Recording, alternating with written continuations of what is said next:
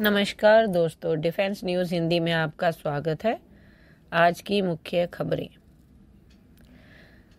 भारत का 190 मेगावाट का परमाणु रिएक्टर एनजी परमाणु विमान वाहक पोत में शामिल हो सकता है। बार्क को 190 मेगावाट क्षमता के परमाणु रिएक्टरों के विकास का काम सौंपा गया है, जो भारतीय नौसेना की P-77 परमाणु हमलावर पनडुब्बियों और बैलिस्टिक मिसाइल पनडुब्बियों के S-5 वर्ग के लिए महत्वाकांक्षी योजनाओं के लिए एक महत्वपूर्ण घटक है। यह पहल निकट भविष्य में भारत की अपनी खुद की परमाणु विमान वाहक विकसित करने की आकांक्षाओं का मार्ग भी प्रशस्त कर सकती है। बार्क के एक सेवानिवृत्त अधिकारी ने इस बात पर जोर दिया कि नौसेना ने शुरू में स्थानीय रूप से निर्मित विमान वाहक बनाने का लक्ष्य रखा था, लेकिन एक स्टैंड अलोन कार्यक्रम विकसित करने से जुड़ी उच्च लागत ने महत्वपूर्ण चुनौतियां पेश की थीं। हालांकि जुड़वां विन्यास में 190 मेगावाट रिएक्टरों का विकास एक व्यवहार्य समाधान के रूप में काम कर सकता है। अगला, HAL GE इंजन आने तक प्रारंभिक उड़ानों के लिए श्रेणी बी इंजन के साथ तेजस Mk-1A विमान तैयार करेगा। HAL अध्यक्ष और प्रबंध निदेशक श्री डी के सुनील के नेतृत्व में GEF 404 इंजन की डिलीवरी में चल रही देरी के बावजूद तेजस Mk-1A विमान के लिए उत्पादन की गति को बनाए रखने की योजना के साथ आगे बढ़ रहा है।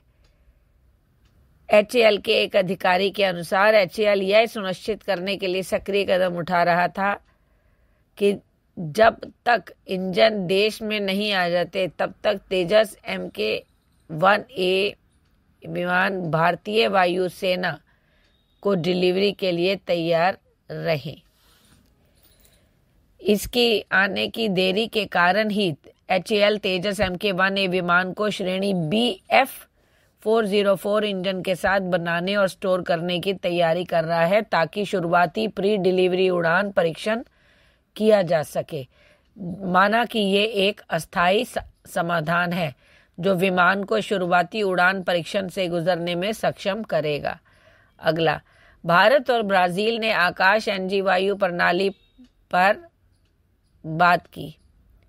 रक्षा सहयोग को मजबूत करने की दिशा में एक महत्वपूर्ण कदम के रूप में भारत और ब्राजील कथित तौर पर आकाश NG यानी अगली पीढ़ी की वायु रक्षा प्रणाली की खरीद और स्थानीय विनिर्माण के लिए सरकार से सरकारी सौदे को अंतिम रूप देने के लिए चर्चा कर रहे हैं। अगला, इजराइल का $5.2 बिलियन का F-15 सौदा अपनी हवाई क्षमताओं में उल्लेखनीय वृद्धि करते हुए इजरायली रक्षा मंत्रालय ने बुधवार को बोइंग से 25 अगली पीढ़ी के F-15 लड़ाकू विमानों को खरीदने के लिए एक सौदे का अंतरिम रूप दिया है, जिसकी कुल लागत $5.2 बिलियन है।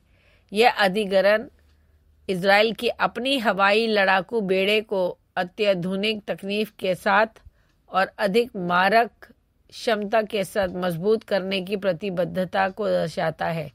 अनुबंध में F-15 के आधुनिक संस्करण शामिल हैं, जो इजराइल की उभरती रक्षा आवश्यकताओं को पूरा करने के लिए उन्नत एवियोनिक्स, सेंसर और हथियार प्रणालियों से लैस है।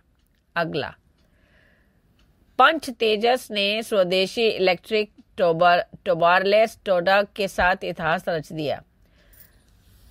शस्त्र डीम्ड यूनिवर्सिटी की शोध इकाई पंच तेजस ने भारत के पहले स्वदेशी इलेक्ट्रॉनिक टोबारलेस टोडा का सफलतापूर्वक परीक्षण करके एक महत्वपूर्ण उपलब्धि हासिल की है। यह अभिनव तकनीक भारतीय वायुसेना के ठिकानों पर जमीनी संचालन में क्रांतिकारी बदलाव लाने के लिए डिजाइन की गई है, जो पारंपरिक टोइंग विधियों की तुलना में कई फायदे प्रदान करती हैं। यह एक अत्याधुनिक वाहन है जो भौतिक टोबार की आवश्यकता को समाप्त करता है, जिससे विमान टोइंग संचालन अधिक सुचारू और अधिक कुशल हो जाता है। यह तकनीक न केवल दुर्घटनाओं के जोखिम को कम करती है बल्कि परिचालन दक्षता में भी सुधार करती है।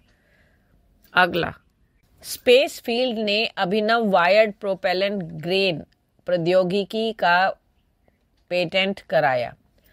स्पेस फील्ड्स एक अग्रणी एरोस्पेस कंपनी को हाल ही में अपनी अभूतपूर्व वायर्ड प्रोपेलेंट ग्रेन तकनीक के लिए पेटेंट प्रदान किया गया है। यह नवाचार प्रणोदन प्रणालियों के क्षेत्र में क्रांतिकारी बदलाव लाने का वादा करता है जो बेहतर प्रदर्शन और सुरक्षा प्रदान करता है। वायर्ड प्रोपेलेंट ग्रेन एक प्रकार का ठोस रॉकेट प्रोपेलेंट है जिसमें प्रोपेलेंट मैट्रिक्स के भीतर एम्बेडेड वायर या फाइबर शामिल होते हैं।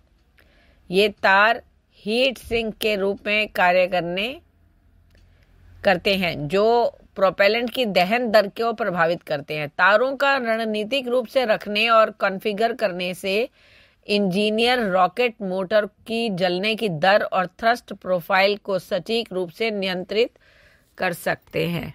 धन्यवाद।